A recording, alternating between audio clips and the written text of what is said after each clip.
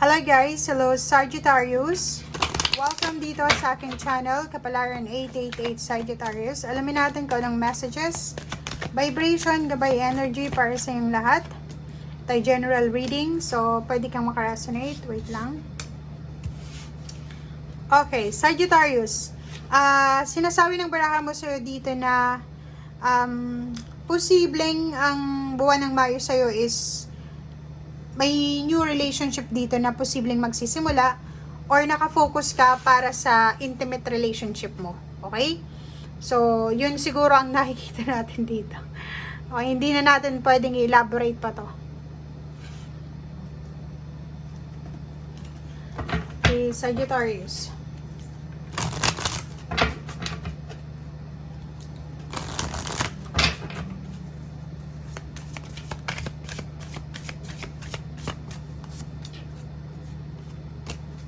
Okay.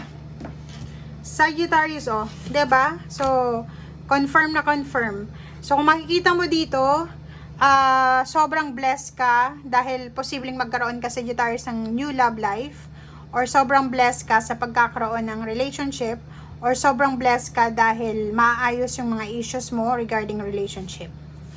A blessing for the right word. So, siguro may mga Sagittarius ditong palagi kayo nag-aaway ng karelasyon nyo dahil siguro hindi kayo magkaintindihan, misunderstanding. Iba yung pagkaintindi niya sa sinasabi mo or iba din yung pagkaintindi mo sa sinasabi niya. But this month ng May, yung blessing mo dito is 88 siya. So, lahat ng sasabihin mo ay matatanggap ng karelasyon mo or kahit sa trabaho, ganun din. So, may iwasan dito yung misunderstanding, pag-aaway or kano pa man.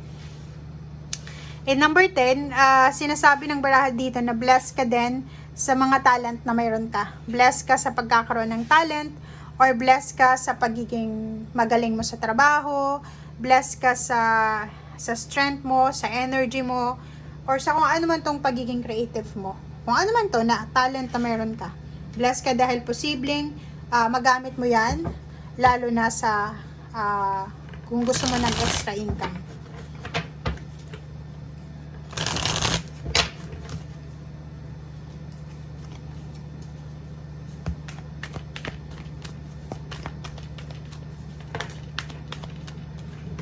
O, diba?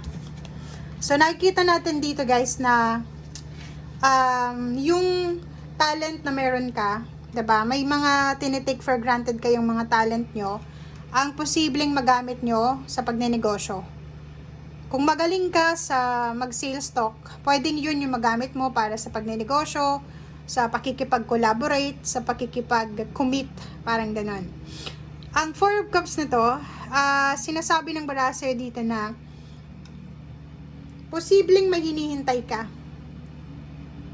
Posibleng naghihintay ka ng offer ng kasal or ikaw yung lalaki nag-offer ka ng kasal pero hindi pa tinatanggap ng babae. Parang ganon. Naghihintay ka sa collaboration, sa commitment, or naghihintay ka sa approval ng relationship or ng trabaho or kung ano pa man. Comment down below, guys, if resonated ka.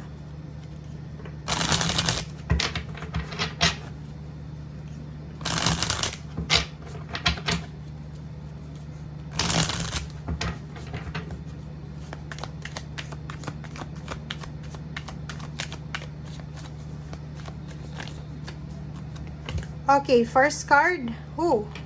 So, yun.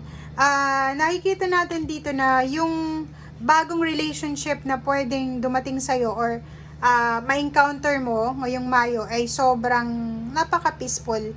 Pasensyosa siya. Parang ganun. So, it's either trabaho man ito na dumating sa'yo ngayon or relationship na sisimulan mo, sinasabi na nasa tamang direction ka, which is number 3. Nasa tamang direction ka, nasa tamang tao ka, nasa tamang oras ka, and etong relationship na to, etong trabahong ito na darating sa'yo or ginagawa mo, siya yung magdadala sa'yo ng abundance and prosperity.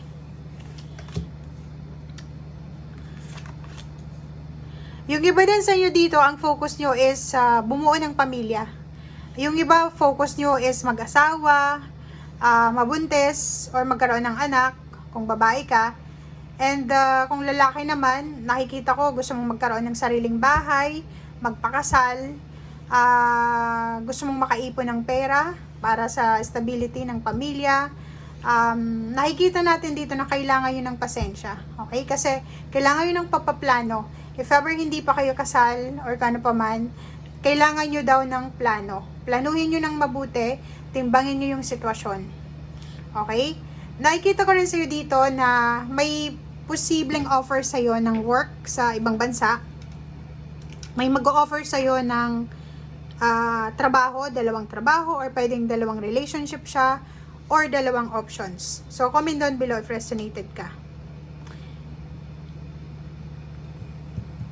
New beginning siya eh. So, ang offer na to sa'yo, it's either trabaho or relationship. And kinakailangan mo ditong maging matalino. Kasi zero the full siya, leap of faith. Hindi mo alam kung ang ino-offer na to sa'yo is ano yung mangyayari sa'yo in the near future, or parang uncertain ito. Hindi mo alam eh.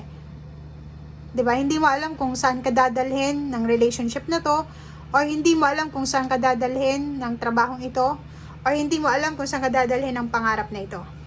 And nakikita ko sa'yo dito na ayaw mong masaktan, ayaw mong ma-disappoint. Yun yung pinaka-hate mo talaga. Ang pinaka-hate mo is yung i-backstab ka, lokohin ka, especially sa relationship, sobrang silosa ka. Okay? So, ang nakikita ko sa'yo dito, na mahihirapan ka siguro na timbangin yung sitwasyon, lalo na sa relationship or sa trabaho, kasi kailangan mong kailangan mong tanggapin kung mag-fail ka or magsasucceed ka. Ganun talaga eh. Etong leap of faith na to, ito yung pinakamahirap na gawin ng mga Sagittarius. Kasi yung Sagittarius, pag gumalaw yung Sagittarius, gusto nila, assured talaga sila. May assurance eh, na dapat hindi failure yung gagawin nila. Sigurista ba? And nakikita ko sa'yo dito na lahat gagawin mo.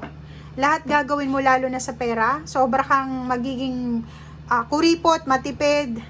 Kasi ayaw mo nang makaranas ng dati, tulad ng dati. 'Di ba? So, empowerment, babalik sa'yo kung ano yung nawala sa'yo.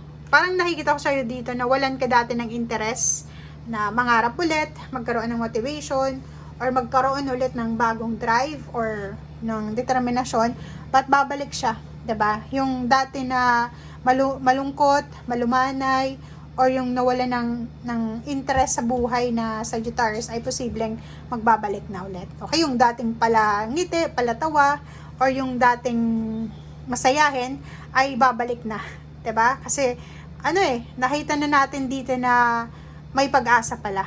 And nakikita mo sa sarili mo na kaya mo pala. Okay? Thank you guys. Bye!